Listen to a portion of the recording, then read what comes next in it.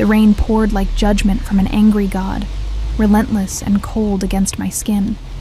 My thin uniform clung to my body as I ran through the darkened parking lot, mascara streaming down my face, mixing with raindrops and tears.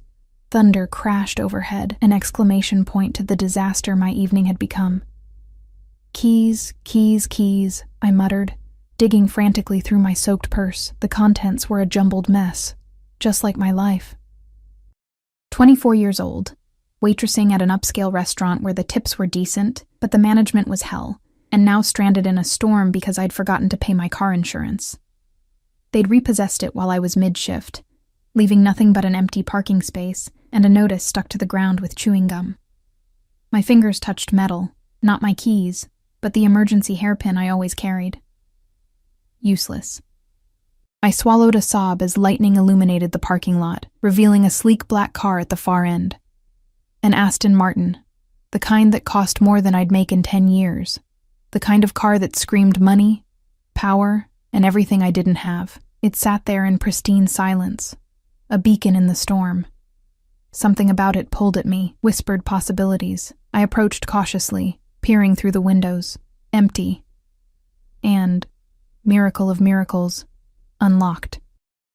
Just for a minute, I whispered to myself, glancing around nervously. Just until the rain stops, the door opened with a soft click, and I slid into the passenger seat, immediately enveloped by the scent of expensive leather and something else, something dark and masculine that made my stomach tighten. Sandalwood, amber, and a hint of whiskey. I closed my eyes, feeling my heartbeat slow as warmth seeped back into my trembling limbs. This was someone's sanctuary, someone powerful. I could feel it in the meticulously clean interior, the understated luxury. No flashy accessories or unnecessary embellishments. Just pure, contained power. I should leave.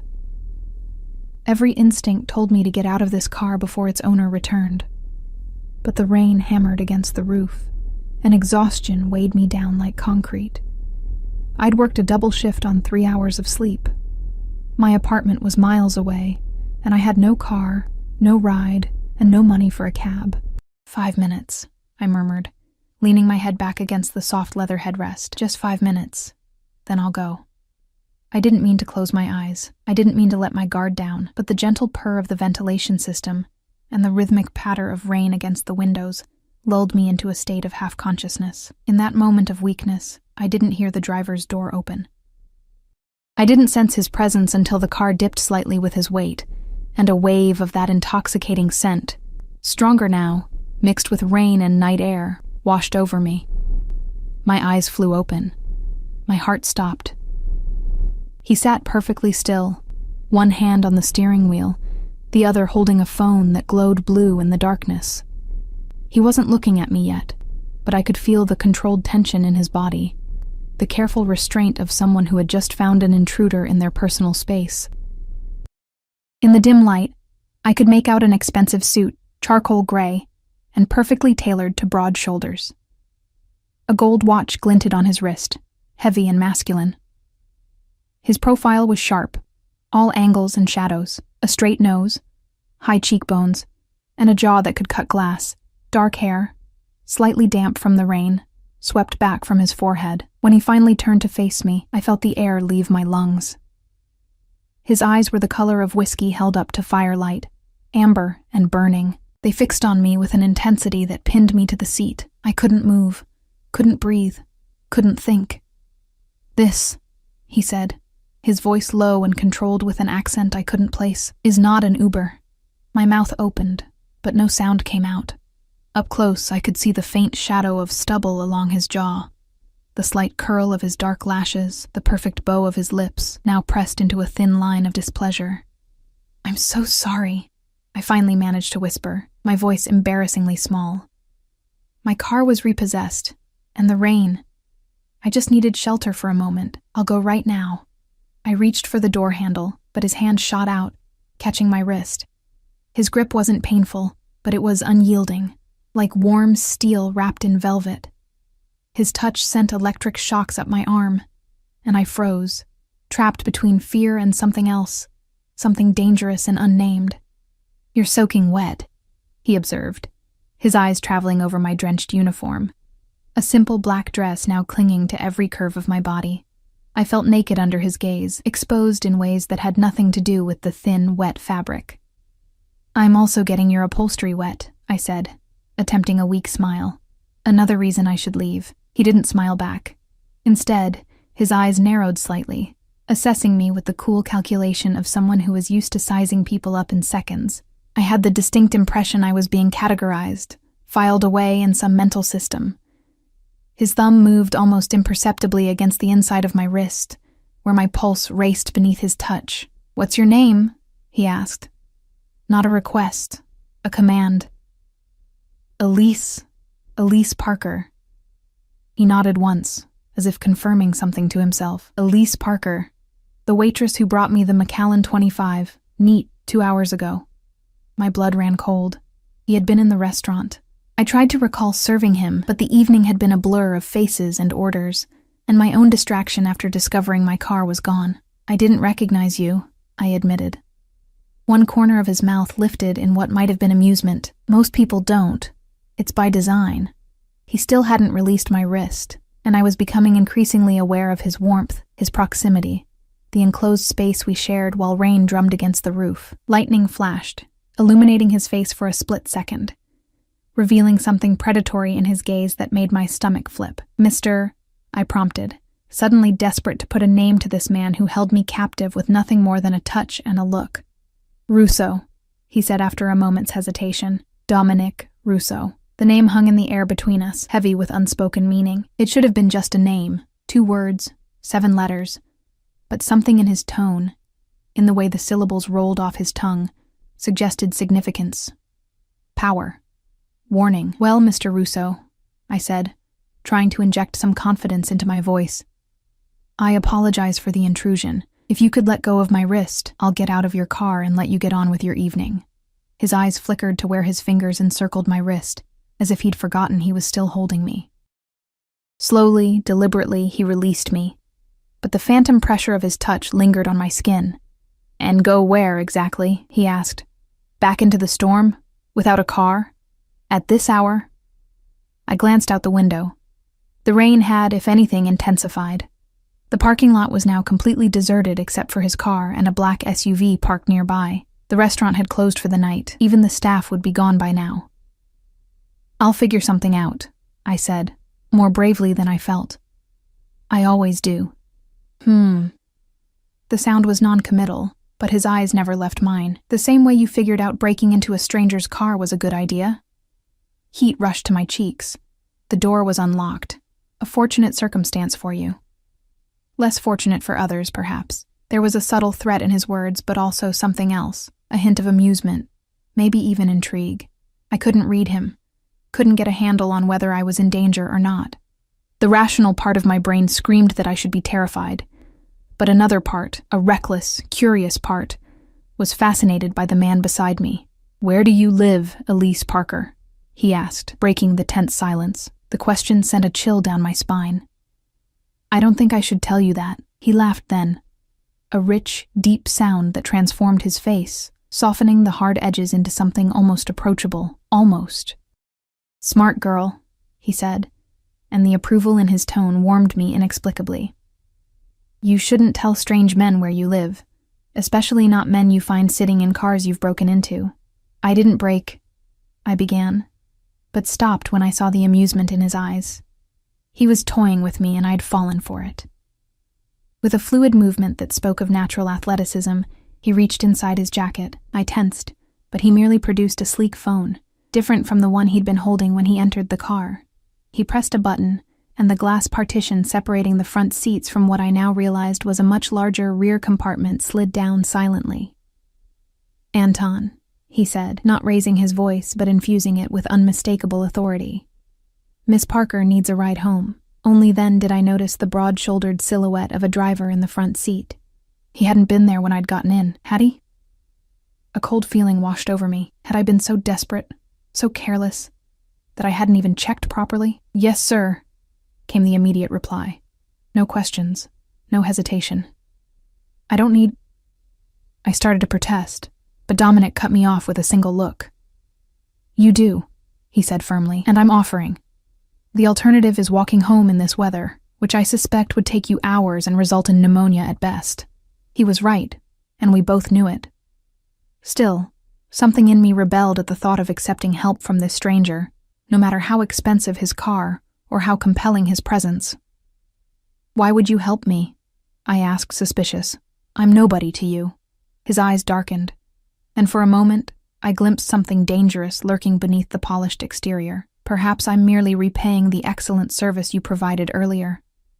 It was a lie. We both knew it. There was something else at play here, some agenda I couldn't see. Or perhaps, he continued, his voice dropping to a near whisper that forced me to lean in slightly to hear him. I'm curious about the kind of woman who would choose to hide in my car, of all the cars in that parking lot. His words sent a shiver down my spine that had nothing to do with my wet clothes. It was just chance, I said weakly.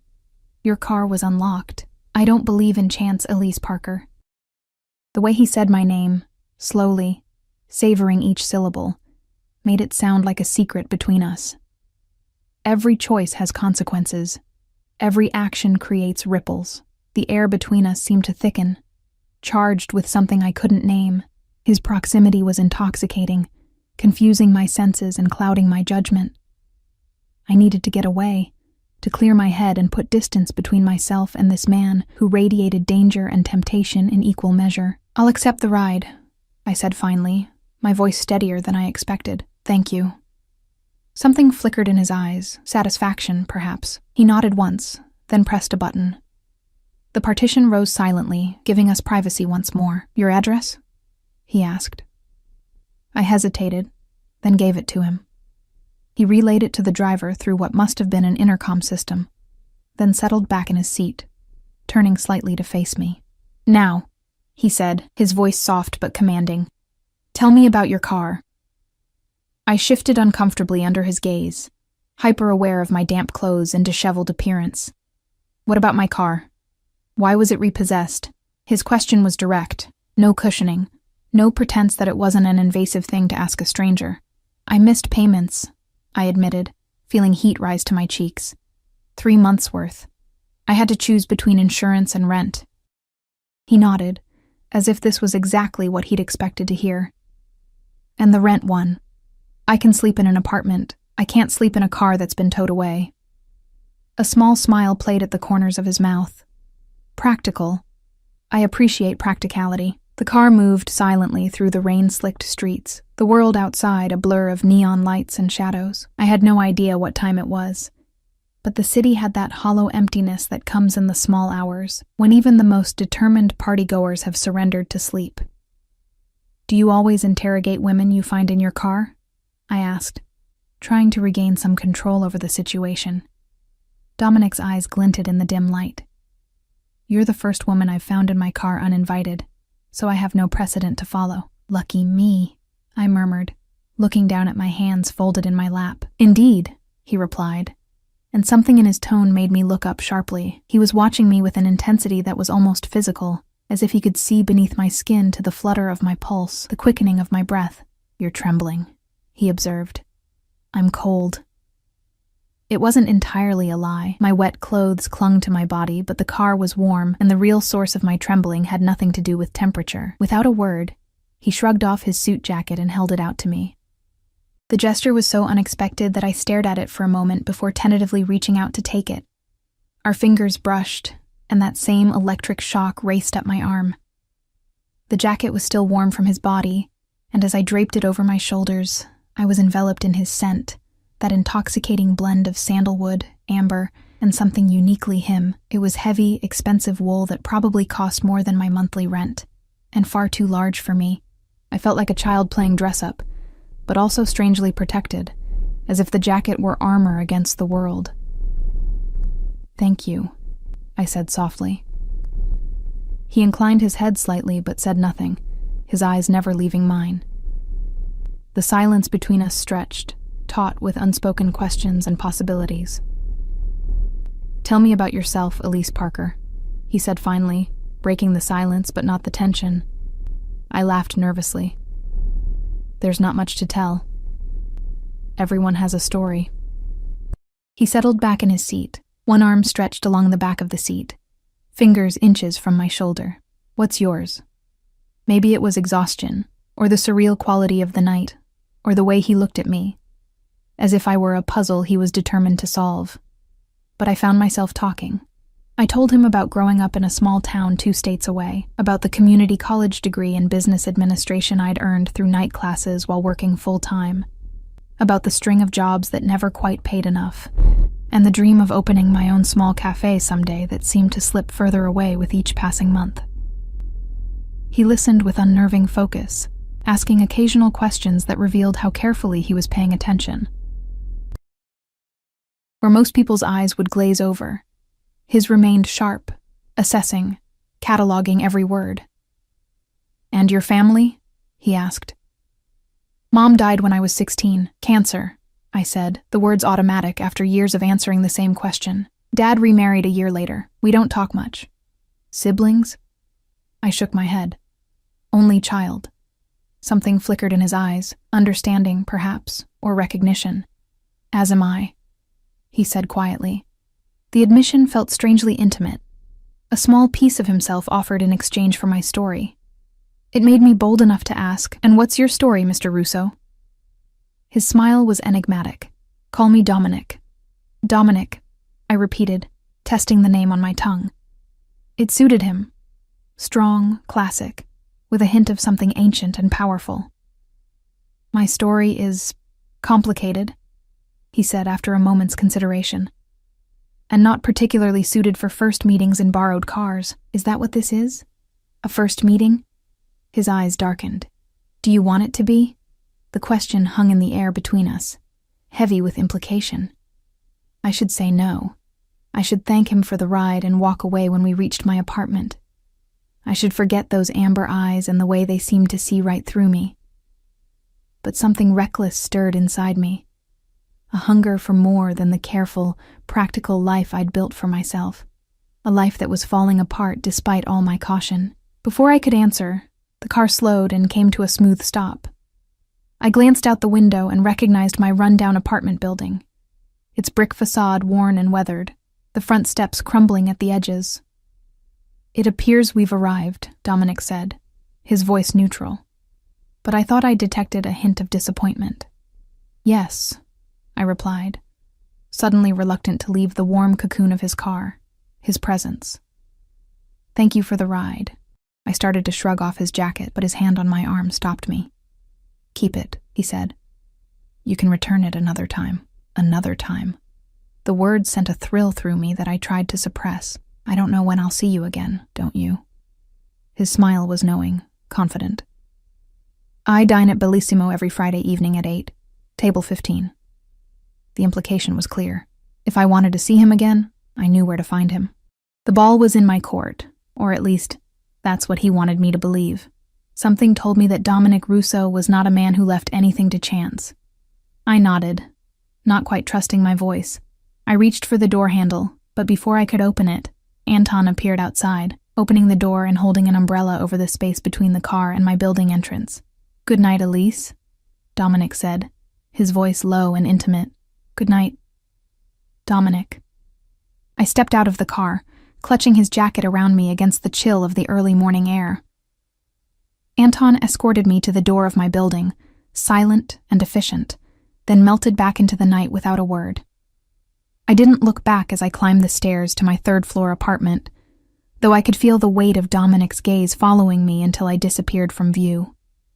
The jacket hung on the back of my bedroom door for a week. Sometimes, when I couldn't sleep, I would press my face to the expensive wool and breathe in the lingering scent of him, letting my mind wander down dangerous paths. I told myself I wouldn't go to Bellissimo on Friday. I told myself I would send the jacket back with a thank you note and forget about Dominic Russo and his burning amber eyes. I told myself a lot of things, but when Friday came, I requested to work the dinner shift. I told myself it was because the tips were better, not because I wanted to see him again. I was lying to myself, and I knew it. Table 15 was in the far corner of the restaurant, partially secluded by an architectural feature that gave it more privacy than the other tables. It was reserved permanently, my manager told me when I asked to serve it, for a very important client who valued his privacy. The way she said it, with a mixture of respect and fear, made me wonder just who Dominic Russo was. At precisely 8 o'clock, he arrived. Not alone, as I had foolishly imagined, but with 2 men in suits who flanked him like shadows.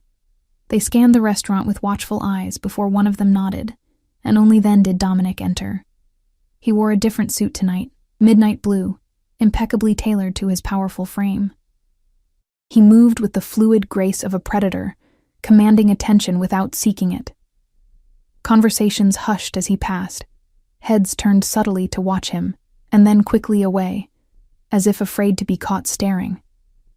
I stood frozen by the bar, his jacket folded neatly in a bag at my feet, my heart hammering against my ribs. What was I doing?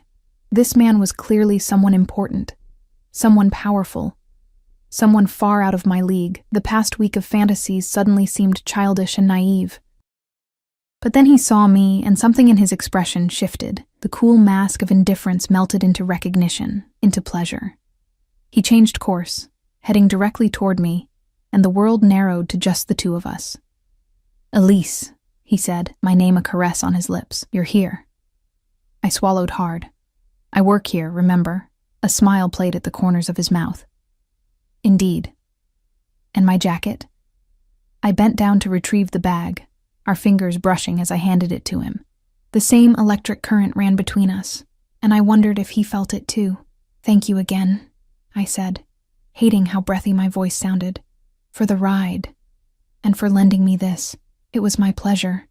His eyes held mine, saying much more than his words. One of the men behind him cleared his throat discreetly, and Dominic's expression hardened for a moment before returning to the warm intensity I was already addicted to. "Will you be serving my table tonight?" "If you'd like," I said, trying to sound professional rather than eager. "I would." 2 simple words, yet they carried the weight of promise. I nodded and watched as he continued to his table, the 2 men taking positions at a nearby table, their eyes constantly sweeping the room. The night passed in a blur of stolen glances and brief touches as I served Dominic's table. He ate alone, though his phone rang occasionally. Each time he would answer with just a few words, his voice too low for me to hear.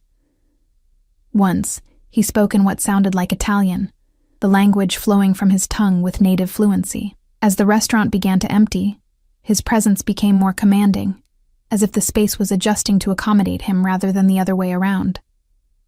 I found myself gravitating toward his table more often than necessary, drawn by an invisible force I couldn't resist. "Join me," he said, as I cleared his dessert plate, tiramisu barely touched. "I'm working," I replied, though my shift had technically ended 20 minutes earlier. "Are you?" His knowing smile told me he was well aware of that fact. "1 drink, Elise. That's all I'm asking." I hesitated, balanced on the knife's edge of decision. 1 drink with a man I barely knew, a man who radiated danger and power in equal measure, a man who made my heart race and my common sense falter. 1 drink, I agreed finally, setting down the dessert plate. I went to the back to hang up my apron and check my appearance in the small mirror in the staff bathroom. My reflection stared back at me, cheeks flushed, eyes bright with anticipation and fear. "What are you doing?" I whispered to myself. There was no good answer.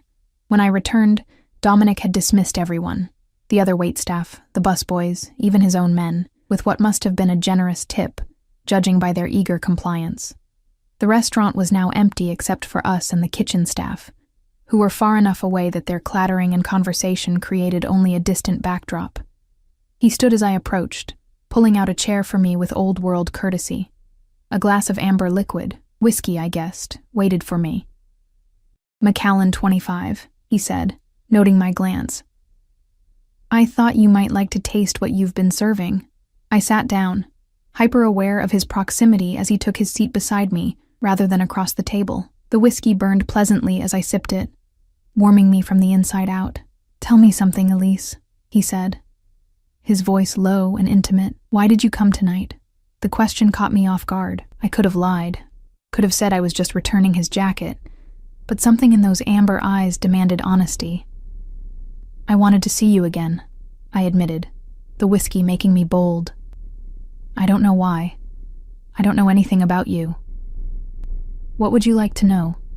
he asked, his fingers tracing patterns on the tablecloth dangerously close to my hand. Who are you, really? The question had been burning inside me all week. Those men who came with you, they're not just friends, are they? Dominic's expression remained unreadable, but something flickered in his eyes. Calculation, perhaps, or caution. No, he said finally. They're not friends, they're employees. Security? He inclined his head slightly, among other things. Why do you need security to eat dinner? A smile ghosted across his lips. The world can be a dangerous place, Elise. Especially for some people. People like you? I pressed, knowing I was pushing boundaries but unable to stop myself. His hand covered mine, warm and strong. Yes, people like me. The touch sent heat spiraling through me, pooling low in my belly. I should pull away. I should ask more questions. I should demand straight answers. Instead, I turned my hand over, letting our palms meet, fingers intertwining. His thumb brushed over my wrist, finding my pulse, which betrayed my racing heart. You should be careful, he murmured, leaning closer. Curiosity can be hazardous. Is that a threat? I asked, my voice barely above a whisper. A warning. His gaze dropped to my lips, then back to my eyes. I'm not a good man, Elise. Then why am I still here? His smile was dangerous, predatory. That's the question, isn't it? The world narrowed to the space between us, to his hand holding mine, to the heat in his amber eyes. I knew I should leave, knew I was stepping into something I didn't understand, but I couldn't make myself pull away. Dance with me, he said suddenly, the words both question and command. I glanced around the empty restaurant. There's no music. Without breaking eye contact, he reached into his pocket and pulled out his phone. A few taps later, soft, haunting music filled the air. A slow, sensual melody that seemed to wrap around us like silk. He stood, still holding my hand, and pulled me gently to my feet. There's always music, Elise. You just have to know where to find it. We moved to a small space between tables, and his hand settled at the small of my back, drawing me close. I placed my free hand on his shoulder, feeling the solid strength beneath the expensive fabric of his suit. He was taller than me by nearly a foot, forcing me to tilt my head back to meet his gaze. We began to move, and I realized immediately that Dominic Russo danced the way he did everything else, with confident precision and natural grace. He led with subtle pressure from his hand on my back, guiding me effortlessly through steps I didn't know I could follow. You dance well, he murmured, his breath warm against my ear.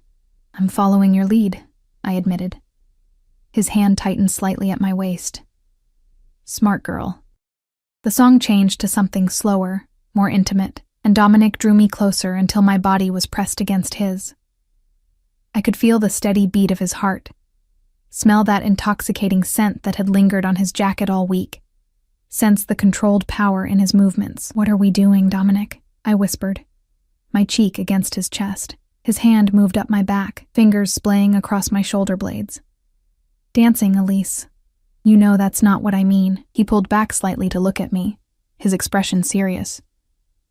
What do you want us to be doing? The question hung between us, laden with possibility. What did I want? I barely knew this man, yet I was drawn to him with an intensity that frightened me. Everything about him screamed danger. Yet here I was, in his arms, wanting more. I don't know, I said honestly.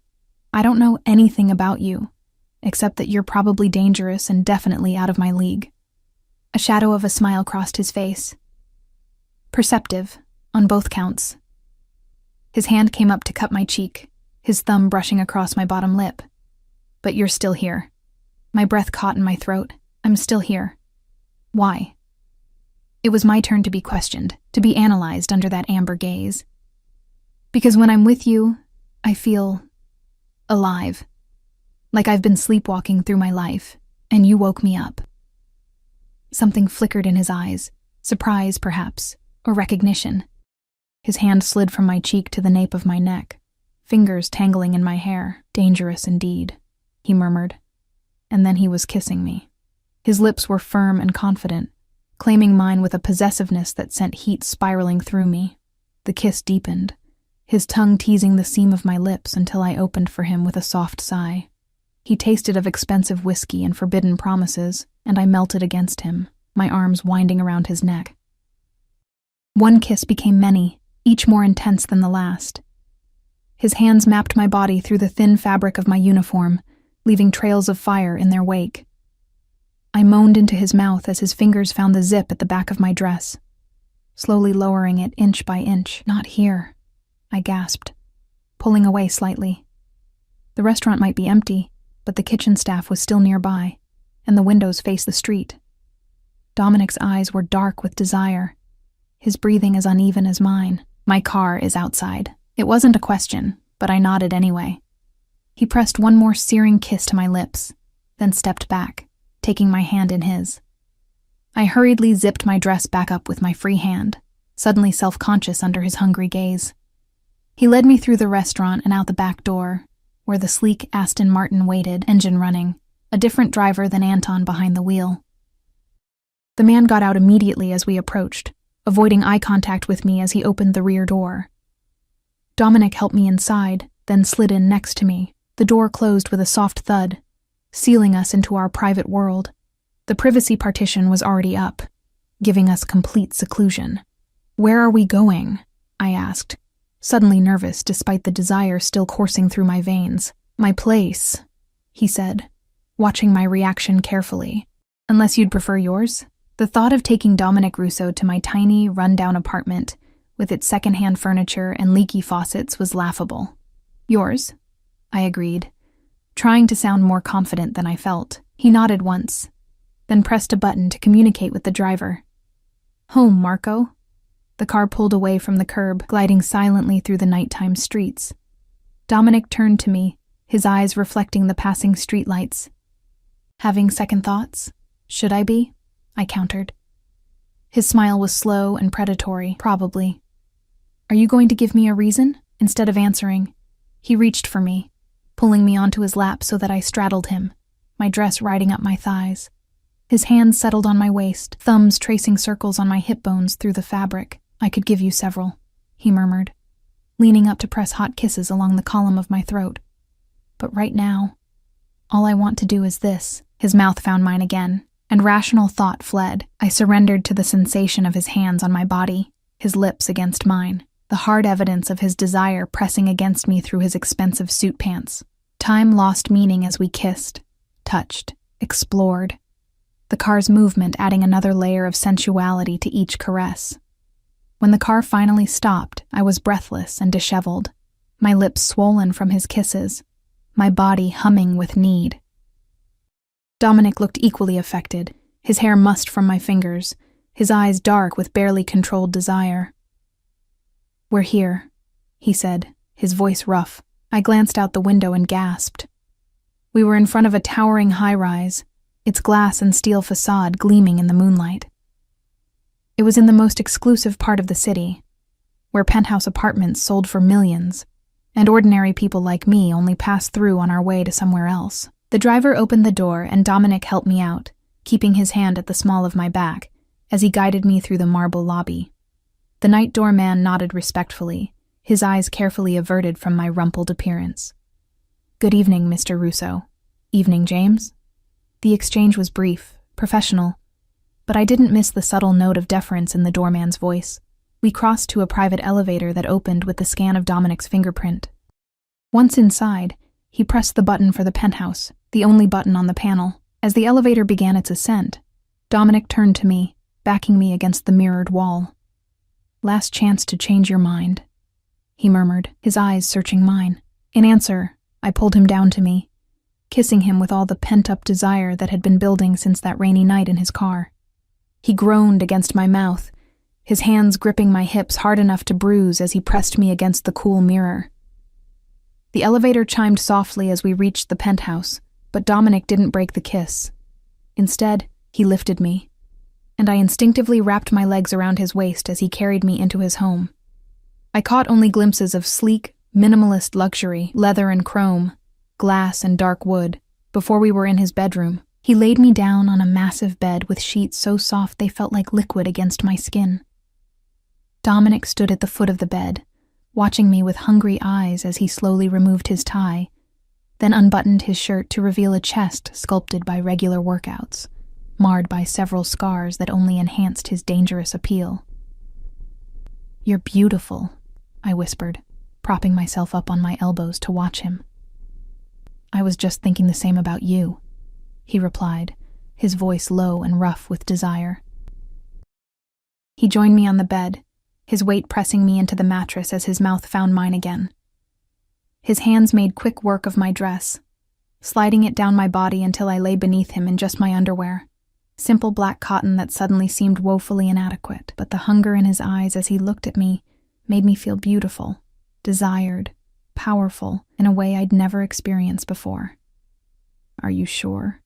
he asked one final time, his control visibly slipping. "Yes," I breathed, pulling him down to me. "Yes." I woke to sunlight streaming through floor-to-ceiling windows and the unfamiliar weight of an arm draped across my waist. For a moment, I was disoriented, the luxurious surroundings so different from my cramped apartment. Then the events of the previous night came rushing back, and I felt heat rise to my cheeks. Dominic Russo. I'd spent the night with Dominic Russo, a man I barely knew. A man who had security guards and a private elevator and moved through the world like he owned it. I turned carefully to look at him. In sleep, his face was softer, younger. The hard edges of control relaxed into something almost vulnerable. Dark lashes rested against his cheeks, and his hair was tousled in a way that made him look almost boyish.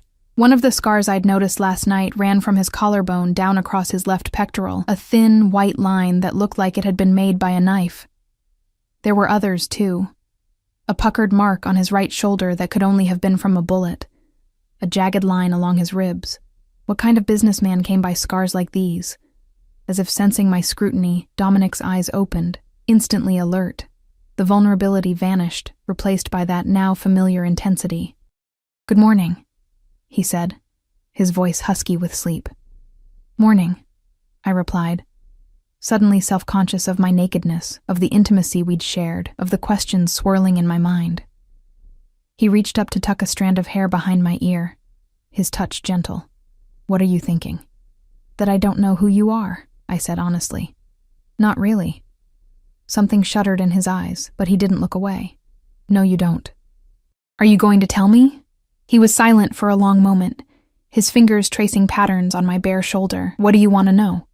"Everything," I said. "But let's start with what you do, because I'm pretty sure it's not just business, like you told me last night." A smile played at the corners of his mouth. "I did tell you that curiosity can be hazardous. Is that a threat?" "A fact." His hand moved to my neck, thumb resting lightly against my pulse point. Not threatening, but reminding me of his strength, his control. "Some questions are better left unasked, Elise. And if I ask them anyway," his smile turned predatory, "then you'd better be prepared for the answers." Before I could respond, his phone rang. A sharp, insistent sound that cut through the tension between us. Dominic's expression hardened as he reached for it, checking the screen before answering. "Russo," he said, his voice suddenly cold and businesslike. He listened for a moment, then responded in rapid Italian, the words flowing with native fluency. I watched as he transformed before my eyes, the passionate lover of last night becoming something else entirely, something harder, more dangerous. He rose from the bed, magnificent in his nakedness, and walked to the window, continuing his conversation in that language I couldn't understand. I caught only a few words: familia, problema, subito, but the tone told me everything I needed to know. Whatever this call was about, it was serious. When he ended the call, he stood for a moment with his back to me, shoulders tense, head slightly bowed. Then he turned, and I almost gasped at the change in him. This was not the man who had danced with me, who had made love to me with such passion. This was someone else, someone colder, harder, more remote. "I have to go," he said, already moving to his closet, pulling out clothes with efficient movements. "Business." "Is everything okay?" I asked, clutching the sheet to my chest. He paused, looking at me with an expression I couldn't read. "It will be." I watched as he dressed in a suit even more expensive than the one he'd worn last night, his movements precise and controlled. He strapped what looked like a gun holster to his shoulder before shrugging on his jacket, and my blood ran cold. "Dominic?" I said, my voice barely above a whisper. "Who are you?" He came to sit on the edge of the bed, fully dressed now, a study in controlled power. His hand cupped my cheek, thumb brushing across my bottom lip. "I told you last night, I'm not a good man, Elise." His eyes held mine, serious and intense. "But I want you to stay. Wait for me. I'll be back tonight, and we can talk then." Part of me wanted to run, to grab my clothes and never look back. But a larger part, the part that had been drawn to him from that first moment in the rain, wanted to stay, wanted answers, wanted him. "Okay," I said finally. "I'll stay." Relief flickered in his eyes, so brief I almost missed it. He leaned down to kiss me, a kiss that was both a promise and a claiming. "Make yourself at home," he said, rising. "There's food in the kitchen. Security knows you're here. They won't bother you. But they're there if you need anything. Security." Of course there would be security. I nodded, watching as he checked his phone one more time, then slipped it into his pocket. "Dominic," I called as he reached the bedroom door. He paused, looking back at me. "Be careful." A smile touched his lips, genuine but tinged with something darker. "Always." And then he was gone, leaving me alone in his massive penthouse with more questions than answers, and a growing suspicion that I had stumbled into something far more dangerous than a simple affair. I waited until I heard the elevator doors close before I got out of bed, wrapping the sheet around me like a makeshift toga. The penthouse was even more impressive by daylight. All clean lines and minimalist luxury, with floor-to-ceiling windows offering a panoramic view of the city. The kitchen was a chef's dream, all stainless steel and marble. But I bypassed it for now, drawn to the living room where built-in bookshelves lined one wall. Books could tell you a lot about a person, and I was desperate to know more about Dominic Russo. The collection was eclectic, classical literature in several languages, books on art and architecture, biographies of historical figures known for their strategic brilliance. Several shelves were dedicated to what looked like first editions, their leather bindings rich with age. But it was a framed photograph on one of the shelves that caught my eye, the only personal touch in the otherwise impersonal space. It showed a younger Dominic, perhaps in his early 20s, standing beside an older man who shared his strong features and penetrating gaze. They were both in formal wear, standing on the steps of what looked like an Italian villa. The older man had his hand on Dominic's shoulder, his expression proud but stern. I was so absorbed in studying the photograph that I didn't hear the elevator until it chimed. Startled, I turned, clutching the sheet tighter around me, expecting, hoping, to see Dominic returning. Instead, a woman stepped into the penthouse. She was strikingly beautiful, with cascading dark hair and eyes the same amber as Dominic's. She wore a sleek designer dress and carried a small gift bag in one manicured hand. She stopped short when she saw me, her perfectly arched eyebrows rising in surprise. "Well," she said, her voice carrying a hint of the same accent as Dominic's, "this is unexpected." I stood frozen, acutely aware of my state of undress and the obvious implications of my presence in Dominic's penthouse at this hour, wrapped in nothing but his bedsheet. "I'm Elise," I managed to say, my voice embarrassingly small. The woman's eyes traveled over me, assessing and cataloging in a way that reminded me uncomfortably of Dominic. A smile curved her lips, not entirely friendly. "I'm Sophia," she said, "Dominic's sister." Sister. The word hung in the air between us, reshaping my understanding of the photograph I'd just been studying.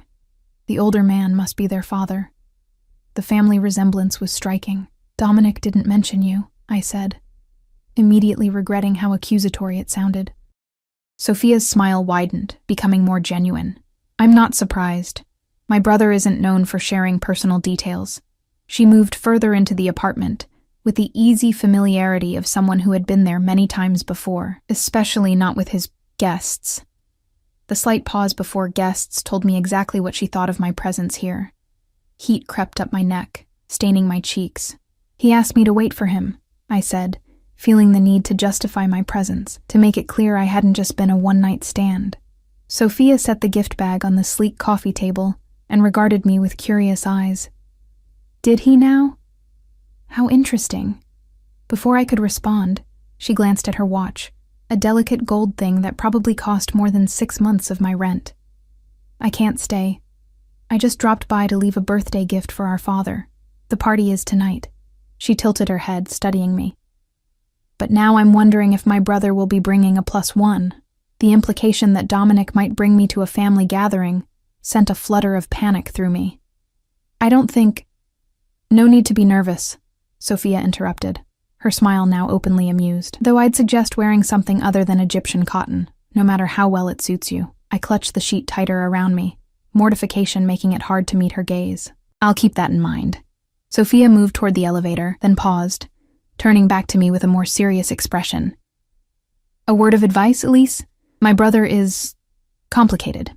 Be careful. It was the second warning I'd received about Dominic in less than 24 hours, and this one sent a chill down my spine. Careful of what exactly? Something flickered in Sophia's eyes. Concern, perhaps, or caution. Of getting in too deep, too quickly. She pressed the elevator button. Dominic doesn't do casual, but his version of serious comes with complications. The elevator doors opened, and she stepped inside, giving me one last appraising look. It was nice meeting you, Elise. I have a feeling we'll be seeing each other again. The doors closed, and I was alone once more, her words echoing in my mind. Complications. It seemed everyone was determined to warn me about Dominic Russo without actually telling me what I needed to be warned about. I looked down at the sheet wrapped around me and made a decision. I needed answers. And standing around in Dominic's bedsheet wasn't going to get them for me. I returned to the bedroom and found my clothes from the night before, neatly folded on a chair, Dominic's doing, I assumed, since I'd been too distracted to care where they landed as he'd peeled them off me. The memory sent heat pooling in my belly, but I pushed it aside, focusing on the task at hand. Once dressed, I began a more thorough exploration of the penthouse. The place was immaculate, designed for comfort and luxury, but with minimal personal touches. The kitchen was fully stocked, but looked barely used. A home office contained an imposing desk and state-of-the-art computer setup, but the desk drawers were locked. I was about to give up my snooping as fruitless when I noticed a door that was slightly ajar. Pushing it open revealed a room I hadn't seen before, a smaller, more intimate space that stood in stark contrast to the minimalist aesthetic of the rest of the penthouse. This room felt lived in, personal. A well-worn leather armchair sat beside a small table stacked with books. A record player and collection of vinyl records occupied one corner. The walls were lined with bookshelves, but these held more than just books. There were photographs, small artifacts that looked like souvenirs from various countries, and what appeared to be handwritten letters in protective sleeves. This, I realized, was the real Dominic, or at least more of him than he showed to the world. I moved to the photographs, studying each one. Dominic as a teenager, standing proudly beside a sleek motorcycle. Dominic and Sophia as children, dressed formally for what looked like a church service. The man I presumed to be their father, younger in this photo, holding a newborn baby while a beautiful woman looked on with exhausted joy. Dominic's mother, perhaps? One photo in particular caught my attention. It showed Dominic, perhaps in his mid-20s, standing with a group of men in expensive suits. They were arranged in a semicircle around an older man seated in an ornate chair, the same man from the other photographs, but older, more imposing. The setting was opulent, old-world European luxury, and there was something about the way the men stood, the deferential postures, that reminded me of medieval court paintings, kings and their trusted advisors, or in more modern terms, a Mafia don and his captains. The thought sent ice through my veins, even as I tried to dismiss it as ridiculous. But was it? The private security, the gun holster, the scars on Dominic's body, the rapid response to a business call on a Saturday morning, the deference people showed him, it all began to form a picture I didn't want to see. I was still staring at the photograph when I heard a sound behind me. I whirled around to find a man standing in the doorway. Not Dominic, but one of the security guards I'd seen at the restaurant. Anton, I realized. The same one who had driven us that first rainy night. "Miss Parker," he said, his voice carefully neutral. "Mr. Russo didn't mention you would be exploring his private study." Caught red-handed, I fumbled for an explanation. The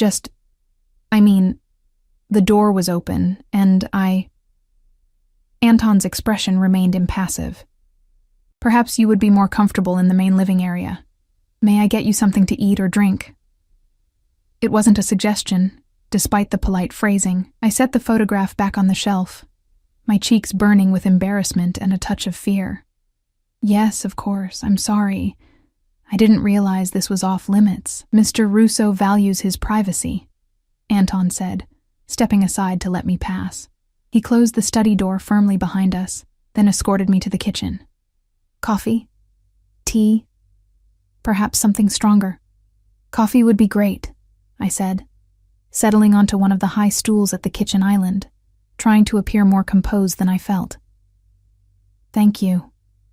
Anton moved around the kitchen with practiced efficiency, preparing an espresso machine that looked complicated enough to launch a spacecraft.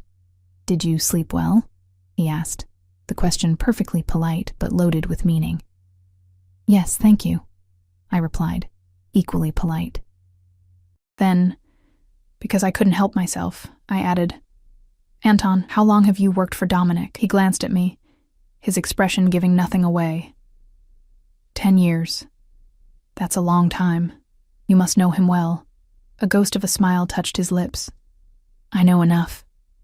Enough to serve him loyally. Anton placed a cup of espresso in front of me, along with a small pitcher of cream and a bowl of sugar cubes, and to recognize when someone is fishing for information. I felt heat rise to my cheeks again. I'm just trying to understand who he is. Anton regarded me for a long moment, his eyes assessing. Mr. Russo is a private man, Miss Parker.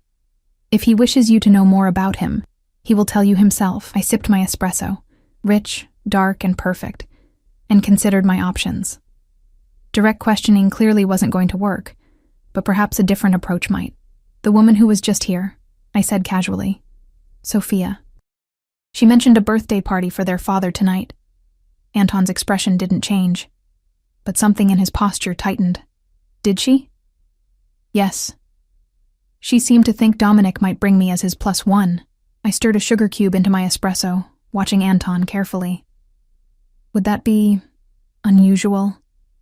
Very, he said after a brief hesitation. Mr. Russo doesn't typically bring guests to family functions. I see. I took another sip of my coffee. So, it would be a big deal then. Me meeting his father. Anton's gaze sharpened. It would be unprecedented, Miss Parker, which is why it won't happen. The bluntness of his statement stung more than it should have. Because I'm nobody important. Because you're a waitress Mr. Russo met a week ago. His tone wasn't unkind, just matter of fact. The family birthday is for family. Family. There was something in the way he said the word, something that reinforced my growing suspicions about exactly what kind of family Dominic belonged to. Before I could pursue that line of questioning, my phone rang. I fished it out of my purse, expecting to see Dominic's number, but instead found my manager's name on the screen. With a grimace, I answered. Elise, where the hell are you? Sarah's voice was sharp with irritation. Your shift started half an hour ago. I closed my eyes, mentally kicking myself. In the whirlwind of last night and this morning, I'd completely forgotten that I was scheduled to work the lunch shift today. I'm so sorry, Sarah. I'm not feeling well. The lie came easily, too easily. You sound fine to me, she said suspiciously. This isn't like you, Elise. I know, I'm really sorry. It hit me suddenly. Some kind of stomach bug, I think. I forced a weak tone into my voice, aware of Anton watching me with barely concealed amusement. Sarah sighed. Fine. I've already called in Jenny to cover for you. But I'm marking this as an unexcused absence, Elise. One more, and we'll have to have a serious conversation about your future here. The threat sent a spike of anxiety through me. I couldn't afford to lose this job. I understand. It won't happen again. See that it doesn't. She hung up without saying goodbye. I set my phone down, avoiding Anton's gaze. I should go, I said, sliding off the stool. Please tell Dominic I had to leave for work. Mr. Russo asked you to wait for him. Anton reminded me, his tone neutral, and I'd like to, but I need my job. I gathered my purse, searching for my shoes, which I eventually found neatly placed by the couch. Please let him know I'll call him later. Anton followed me to the elevator, his presence a silent reminder of his role as both servant and gatekeeper. As the doors opened, he said, "Miss Parker." I turned, one foot already in the elevator. Mr. Russo does not appreciate being disobeyed. His expression was serious, his eyes conveying a warning that made my stomach clench. When he asks something of you, it's best to comply. Fear skittered down my spine, mingling with indignation. I'm not one of his employees, Anton. I don't take orders from him. A smile ghosted across Anton's face. Don't you? The elevator doors closed before I could respond, leaving me alone with my swirling thoughts and the uncomfortable realization that I might be in far deeper than I'd imagined. I spent the rest of the day in a fog, going through the motions of my normal Saturday routine. Laundry at the rundown laundromat down the street, grocery shopping with my carefully budgeted list, a quick call to check on my elderly neighbor. All the while, my mind kept returning to Dominic, to his penthouse, to the photograph of men standing around a seated patriarch, to Anton's warning. By evening, I was exhausted, both physically and mentally. I'd checked my phone obsessively all day, but there had been no call, no text from Dominic. Perhaps he'd returned to find me gone and decided I wasn't worth the trouble. The thought shouldn't have hurt as much as it did. I was soaking in my tiny bathtub, trying to ease the tension in my muscles when my doorbell rang. I ignored it at first, probably just kids playing pranks or someone with the wrong apartment. But when it rang again, more insistently, I sighed and climbed out of the tub, wrapping myself in a threadbare towel. "Coming," I called, padding to the door with wet feet, leaving small puddles on the worn linoleum. I peered through the peephole and my heart nearly stopped. Dominic stood in the hallway, his expression thunderous, flanked by Anton and another man I didn't recognize. All three wore formal suits, and Dominic carried what looked like a garment bag over one arm. I opened the door a crack, acutely aware of my state of undress and dripping hair. "Dominic, what are you doing here?" His eyes raked over me, lingering on the droplets of water trailing down my neck to disappear beneath the towel. "You left." "I had to work," I explained, clutching the towel tighter. "I asked Anton to tell you." "He did." Dominic's voice was controlled, but I could sense the anger simmering beneath the surface. "May we come in?" It wasn't really a question. I stepped back, opening the door wider, painfully conscious of how shabby my apartment must look to these men, with their expensive suits and luxury lifestyles.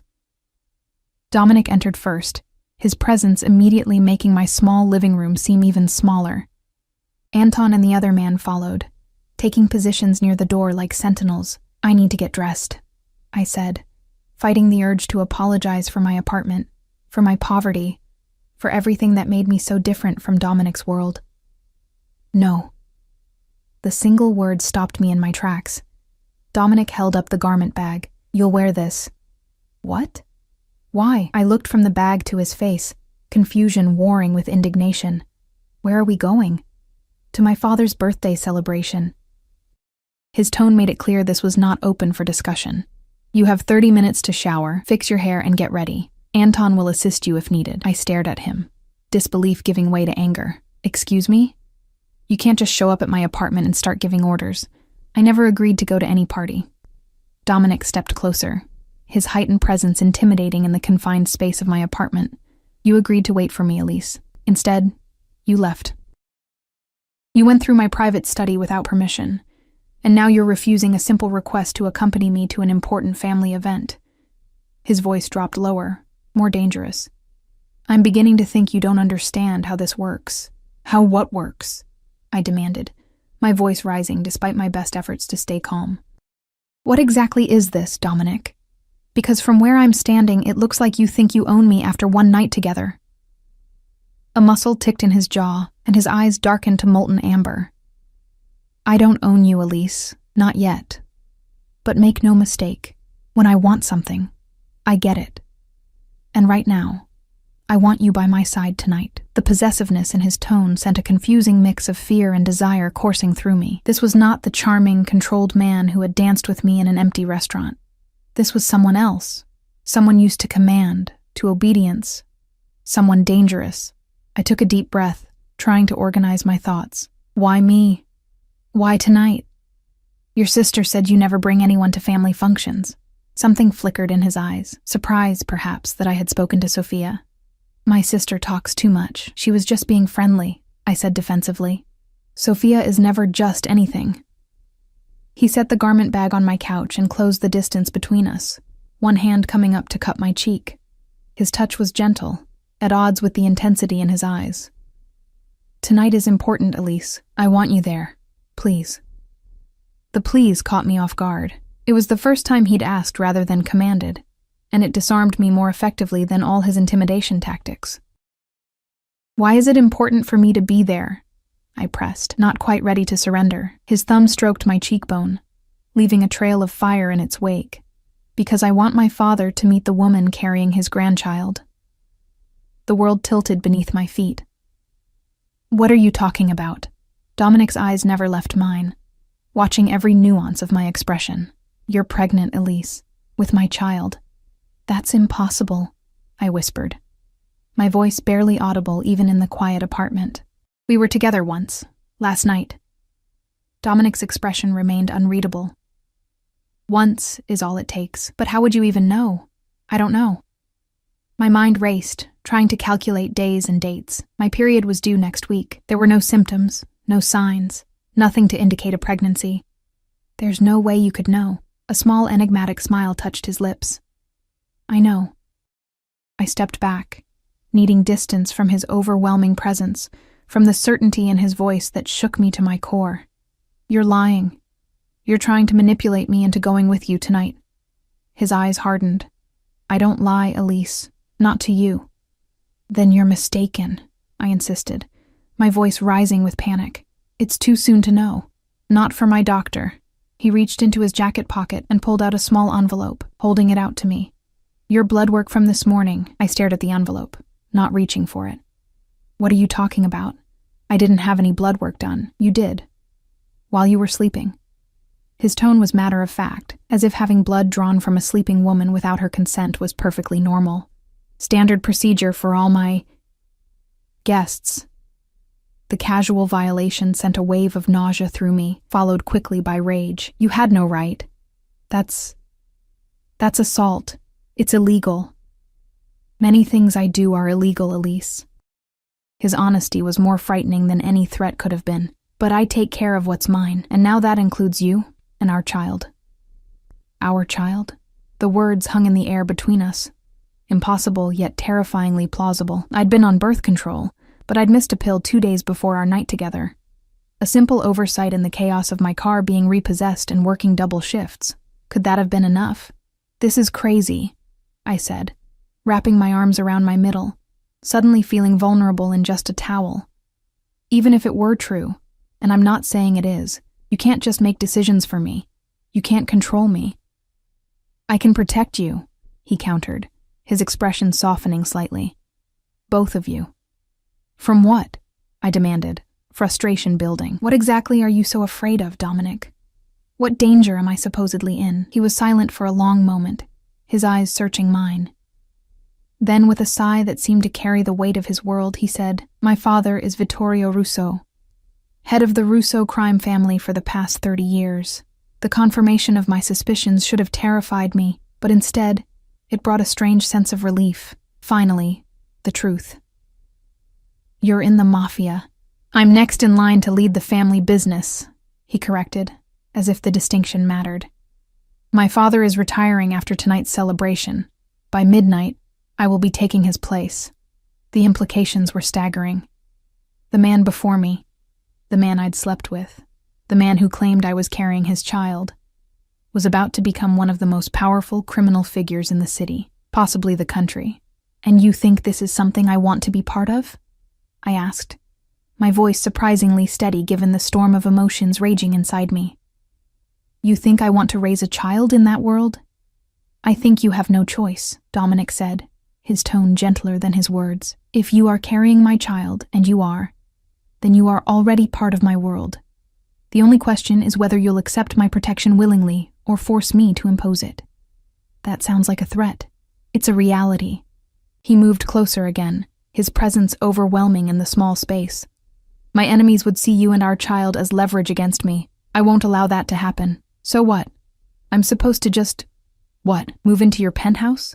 Become your mob wife? Live under lock and key for the rest of my life? The future he was describing sounded like a gilded cage, no matter how he tried to frame it. For now, yes, he said simply. Until I've secured my position and neutralized the most immediate threats. After that, we can discuss more flexible arrangements. And if I refuse? Something dangerous flickered in his eyes. Don't test me, Elise. Not on this. Fear skittered down my spine, but I refused to be intimidated. Or what? You'll force me? Kidnap me? Kill me? Dominic moved with startling speed, his hands cupping my face, his eyes boring into mine with an intensity that stole my breath. I would never harm you, never.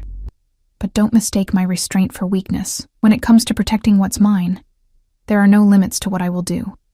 I should have been terrified. I should have screamed, fought, run. Instead, I found myself captivated by the raw emotion in his eyes, the fierce protectiveness, the possessiveness that bordered on obsession, the vulnerability beneath his control that few would ever see. Why me? I whispered. Of all the women in the world, why did you choose me? His thumbs stroked my cheekbones, his touch gentler than his words. I didn't choose, Elise. From the moment I found you in my car, soaking wet and defiant, there was no choice. Only inevitability. The intensity of his gaze made it hard to breathe, hard to think. You don't even know me. I know enough, he murmured, his face so close to mine I could feel his breath on my lips. I know you're strong, resilient. I know you fight for what you want, what you need. I know you've been alone too long, carrying burdens that should be shared. His fingers trailed down to my neck, finding my pulse point, and I know that when I touch you, your heart races, just like mine. He was right, damn him. Despite everything, the fear, the anger, the shock, my body responded to his proximity, to his touch, to the heat in his eyes that promised both danger and protection. One night, I said finally, my resistance crumbling under the weight of his presence, his certainty. I'll go with you tonight, meet your family. But tomorrow I want proof, real proof, from my own doctor, about this supposed pregnancy, and then we'll talk about what happens next. No decisions, no arrangements, until I know for sure. Relief flickered across his face, so brief I almost missed it. Agreed. He stepped back, giving me space to breathe again. 30 minutes, Elise. The dress is Valentino. Anton will help with your jewelry and accessories. Just like that, he was back to issuing commands, but now I recognized it for what it was. Not just arrogance, but the ingrained habit of a man born to lead, to control, to protect. I nodded, taking the garment bag from the couch and heading toward my bedroom. At the doorway, I paused, looking back at Dominic. If this is real, the pregnancy, what makes you so sure I'll agree to be part of your world? His smile was slow, confident, almost tender. Because you already are, Elise. You just don't know it yet. The Valentino dress was a deep crimson, the color of wine in firelight, of blood in water. It fit as if made for me, the silk clinging to curves I hadn't known I possessed. Anton had indeed come prepared with jewelry, a simple diamond pendant and matching earrings that I suspected were real and terrifyingly expensive. When I emerged from my bedroom, Dominic's eyes darkened with appreciation and something more possessive, more primal. He crossed the room in 3 long strides, taking my hands in his. Beautiful, he murmured, lifting my fingers to his lips. But something's missing. From his pocket, he produced a small velvet box. Opening it, he revealed a ring, a massive oval diamond surrounded by smaller stones, set in platinum. An engagement ring. My breath caught in my throat. Dominic. A formality, he said, his eyes never leaving mine as he slid the ring onto my finger. For tonight, to avoid unnecessary questions. The weight of the ring felt disproportionate to its size, as if it carried the burden of a future I hadn't chosen, a life I hadn't planned. But I didn't remove it. Instead, I watched as it caught the light, scattering rainbows across my hand. "It was my mother's," Dominic said quietly. The admission stunned me, not a hastily purchased prop for tonight's charade, but a family heirloom, a piece of his history, his heart. The gesture spoke volumes about his intentions, his certainty that we, would be part of his future. "Thank you," I said, not knowing what else to say. He nodded once, satisfied, and offered his arm. "Shall we?" The ride to the Russo family estate was silent, tense with unspoken words and unanswered questions. I sat beside Dominic in the back of a different car, a sleek black SUV with bulletproof windows according to Anton, watching the city give way to upscale suburbs, then to vast gated estates that spoke of old money and older power. The Russo mansion was a sprawling Italianate villa set back from the road, its grounds illuminated by tasteful landscape lighting. Security checkpoints dotted the long driveway, each manned by suited men with earpieces and barely concealed weapons. They nodded respectfully to Dominic as our car passed, their eyes lingering curiously on me. "Remember," Dominic said as we approached the main house, "you are my fiancé. We've been seeing each other discreetly for months. You're carrying my child, and we couldn't be happier about it." I turned to him, eyebrow raised. "That's quite a story. What happened to your policy of not lying?" "Half-truths," he corrected, a small smile playing at the corners of his mouth. "You are carrying my child, and I couldn't be happier about it." Before I could respond, the car stopped at the foot of a grand marble staircase leading to the mansion's entrance.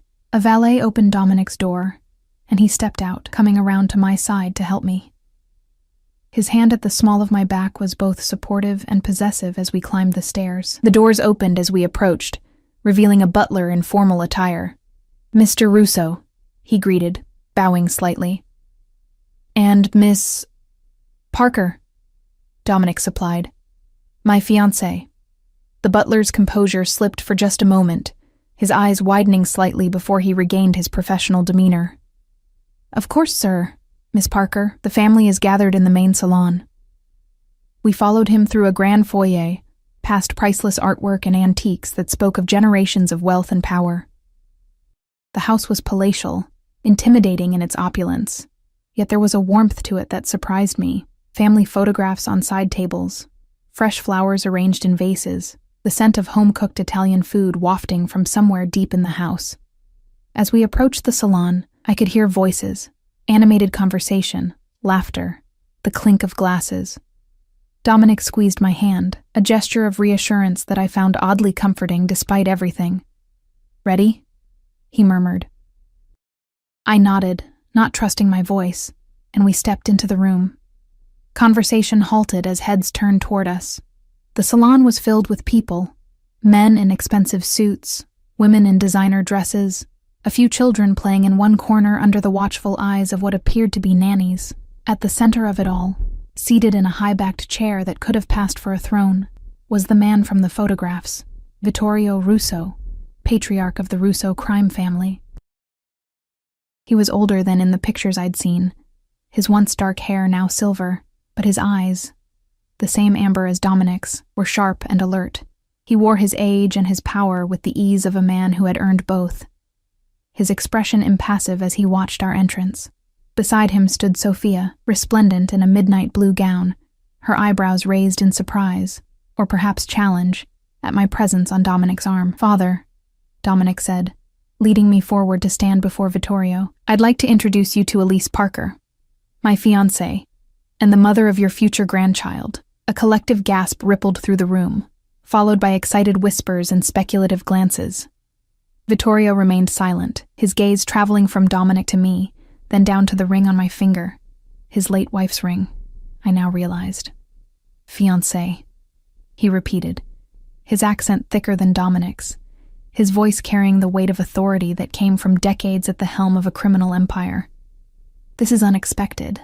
For everyone, it seems," Sophia murmured, but she stepped forward to kiss me on both cheeks, her smile not quite reaching her eyes. "Welcome to the family, Elise." "Thank you," I managed, feeling dozens of eyes on me, assessing, judging, calculating what my presence meant for the balance of power within the family. Vittorio beckoned me closer. "Let me see you, girl." I approached, conscious of Dominic's steadying presence beside me.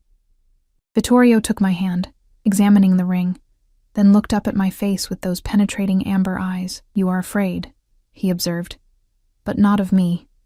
Interesting." "I'm not afraid of what you are," I said, finding my voice at last. "Only of what it means for my future. For our child's future." Something like approval flickered across his weathered features. Honesty. "Good. There is too little of it in our world."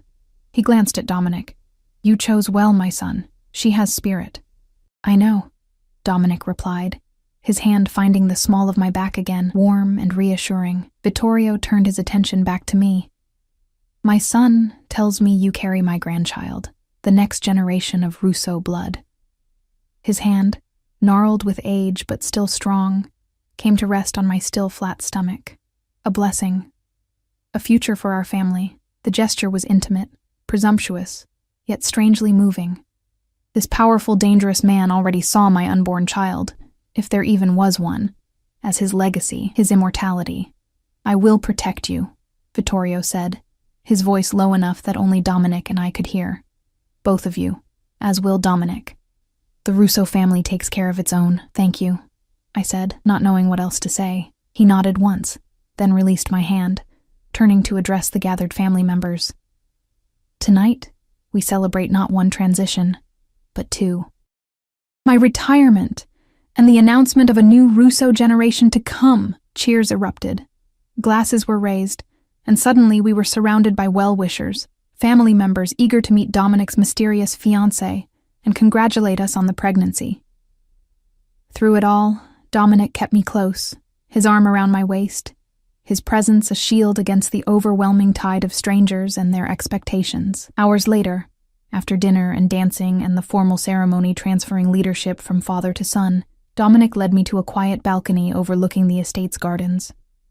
The night air was cool against my heated skin, a welcome respite from the crowded rooms and constant scrutiny. "You did well," he said, his voice warm with pride as he handed me a glass of water.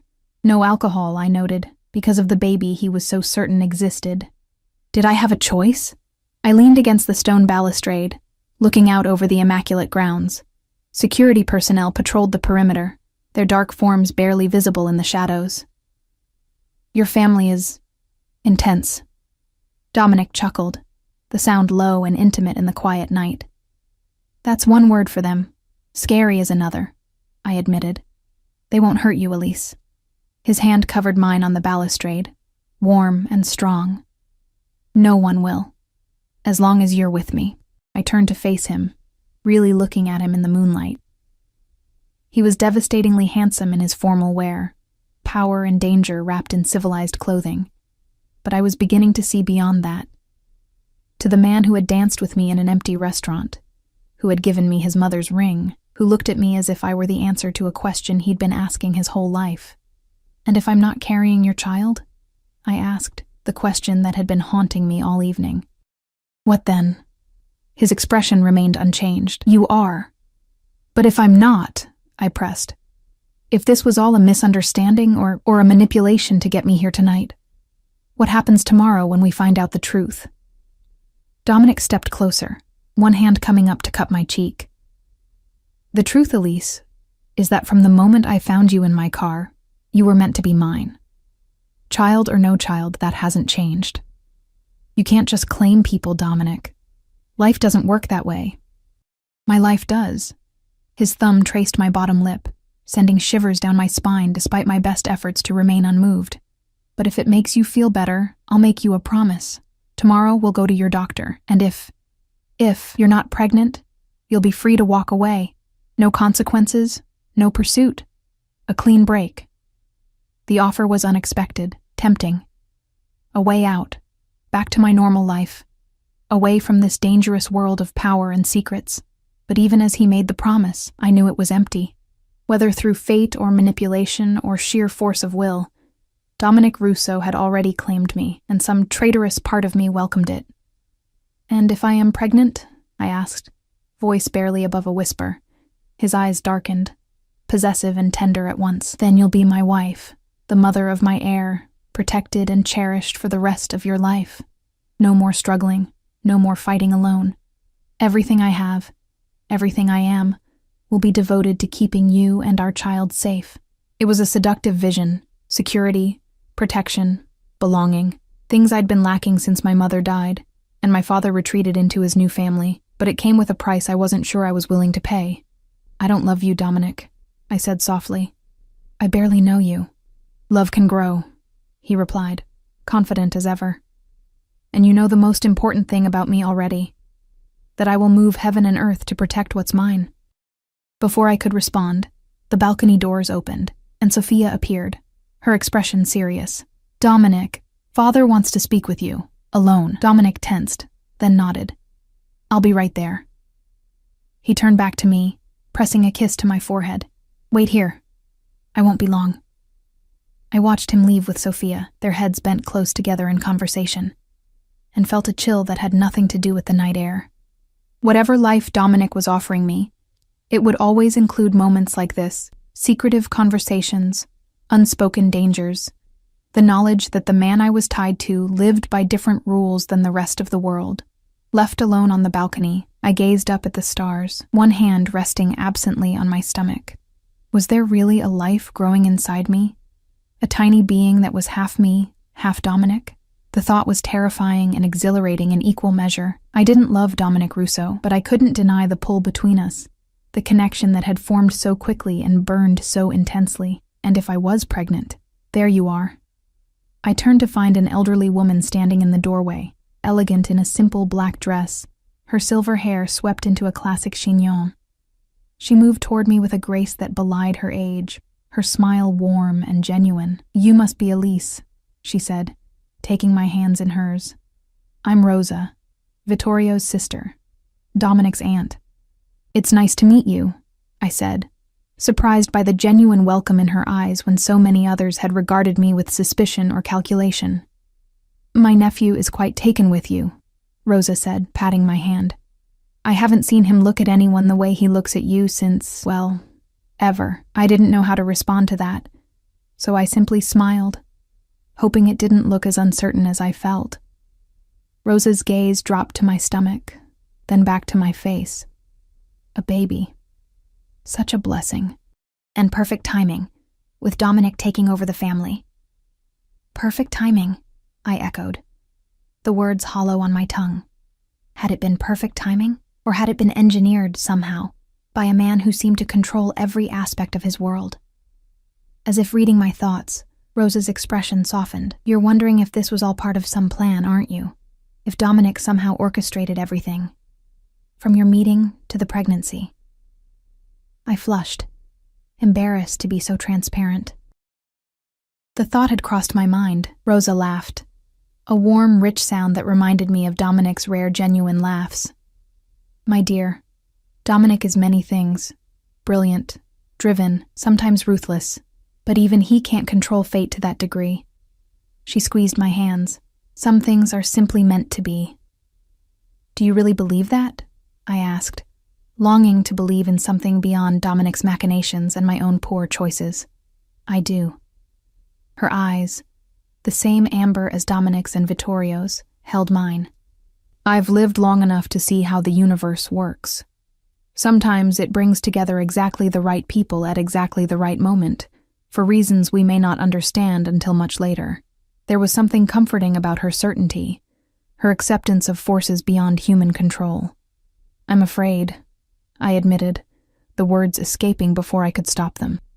Of course you are, Rosa said, her voice gentle. This world we live in, it's not an easy one, but you're stronger than you think, Elise. I can see it in you, and Dominic sees it too. That's why he chose you. Did he? Choose me, I mean. Or was I just convenient? Rosa's laugh surprised me. My dear, nothing about you is convenient for Dominic. You challenge him, question him, make him work for what he wants. No, you weren't convenient. You were necessary. Before I could ask what she meant, the balcony doors opened again, and Dominic appeared, his expression unreadable. Aunt Rosa, he said, kissing her cheek. I see you've met Elise. Indeed I have, Rosa replied with a knowing smile. She's exactly what you need, nephew. She patted my hand once more, then moved toward the doors. Don't stay out too long, you two. It's getting chilly. And in her condition, Elise should be kept warm. When she was gone, Dominic came to stand beside me at the balustrade, his shoulder touching mine. What did my aunt tell you? That I'm exactly what you need, I replied, mimicking Rosa's tone. Though I'm not sure what that means, Dominic's smile was small, but genuine. It means she likes you, and that's no small thing. Rosa's approval carries weight in this family. More than your father's? Different, but equally important. He turned to face me, his expression serious. Speaking of my father, there's been a change of plans. My heart sank. What kind of change? We're staying here tonight, at the estate. Security concerns. His tone made it clear that further explanation would not be forthcoming. My old room has been prepared for us. Us, I repeated, the implications clear. Dominic, it's just for tonight, Elise, he said, his voice softening. Tomorrow, after we visit your doctor, we can discuss more permanent arrangements, the reminder of tomorrow's appointment, and the promise he'd made about letting me go if I wasn't pregnant, hung between us. Part of me hoped the test would be negative, giving me an escape from this world I'd stumbled into. But another part, a part I wasn't ready to examine too closely, hoped for a different outcome. Dominic's hand found mine, his fingers intertwining with mine, warm and strong. One night, Elise.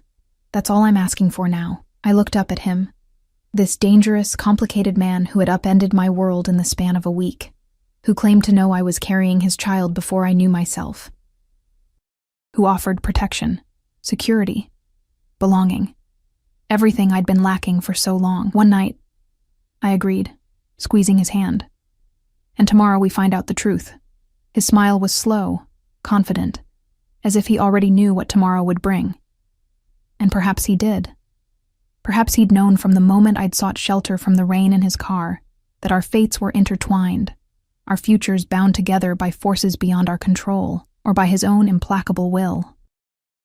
Either way, as he led me back into the mansion, through the crowd of his family, his crime family, I reminded myself, toward the winding staircase that would take us to his childhood bedroom, I knew that my life had changed irrevocably. For better or worse, I was part of Dominic Russo's world now. And tomorrow we would discover if I was carrying the heir to his criminal empire, the ultimate golden cage, from which there would be no escape. The morning sunlight filtered through heavy curtains, casting the bedroom in a warm glow. I lay awake, watching Dominic sleep beside me, his features relaxed in a way they never were when he was conscious. In sleep, the dangerous Mafia Heir was just a man, handsome, vulnerable, human. My hand drifted to my stomach, still flat, unchanged. Was there really a life growing inside me, a tiny being that would bind me to Dominic and his world forever? The doctor's appointment was scheduled for 10 o'clock. Just 2 hours from now, by noon, I would know my fate. As if sensing my thoughts, Dominic's eyes opened, instantly alert.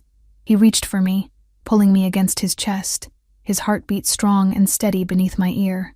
"Morning," he murmured, pressing a kiss to the top of my head. "Morning," I replied, my voice muffled against his skin. "Did you sleep well?" "Better than I have in years." His hand traced lazy patterns on my bare back. "You?" Surprisingly, yes, it was true. Despite everything, I had slept soundly in his arms, in this fortress of a mansion with its armed guards and security systems. We lay in comfortable silence for a few minutes, the tension of the upcoming appointment hovering unspoken between us. Finally, Dominic spoke, his voice serious. "Whatever happens today, Elise, I want you to know something." He tilted my chin up, forcing me to meet his gaze. "This isn't just about the baby. It never was." "Then what is it about?" I asked, needing to hear him say it. His eyes, those burning amber eyes that had captivated me from the beginning, held mine with unwavering intensity. "It's about you. About us. About the fact that from the moment I found you in my car, I knew you were mine. People aren't possessions, Dominic," I said softly, even as something inside me responded to his certainty, his claim. "No. he agreed. They're more complex, more valuable, more worthy of protection. His hand moved to my stomach, warm and possessive. But some people are meant to be together, Elise. Call it fate, call it destiny, call it my stubbornness, but you and I were meant to find each other. I wanted to argue, to resist his certainty, his arrogance. But as his lips found mine in a kiss that was both tender and possessive, I found myself surrendering to the connection between us, a connection that had formed in the rain, strengthened in the night, and now promised a future I'd never imagined. Later, as we dressed for the doctor's appointment, me in clothes Dominic had somehow had delivered to the mansion, he in another impeccable suit, I caught him watching me with an expression I couldn't quite decipher. "What?" I asked, self-conscious under his scrutiny. "Nothing," he said, but his smile told me it was far from nothing. "I was just thinking how right you look here. With me, the simple statement shouldn't have affected me as deeply as it did, but after years of feeling out of place, unwanted, invisible, the recognition, the belonging, was more intoxicating than I wanted to admit." In the car on the way to my doctor's office, Dominic held my hand, his thumb tracing circles on my palm. The gesture was soothing, grounding, as if he sensed my growing anxiety about what we would learn. "Remember your promise," I said, as the car pulled up outside the medical building. "If I'm not pregnant, you'll be free to walk away," he finished, his expression unreadable. I remember. But something in his tone, in the set of his jaw, told me it wouldn't be that simple. Dominic Russo was not a man who easily let go of what he considered his. And somehow, against all logic, against all my better judgment, he had decided I belonged to him. As we entered the doctor's office, Dominic's hand at the small of my back, I realized with sudden clarity that regardless of the test results, I was already entangled in his world, already bound to him in ways that went beyond a potential pregnancy. I had stepped into Dominic Russo's car seeking shelter from the rain, not knowing that I would find shelter of a different kind. Dangerous, complicated, but more secure than anything I'd known before. Not knowing that I would end up potentially carrying the Mafia king's heir. Not knowing that, pregnant or not, I had already been claimed. And as we waited for the doctor to call my name, Dominic's confident presence beside me, I admitted a truth I'd been fighting since that rainy night. Part of me, a growing part, welcomed the claiming. "Elise Parker?" The nurse stood in the doorway, clipboard in hand. I stood, Dominic rising with me, his hand never leaving mine. "Ready?" he asked, his eyes holding mine. "For the test, for the truth, for the life that awaited us regardless of the outcome. A life with this dangerous, possessive, captivating man who had upended my world in the span of a week." "Ready," I replied, and stepped forward into my future.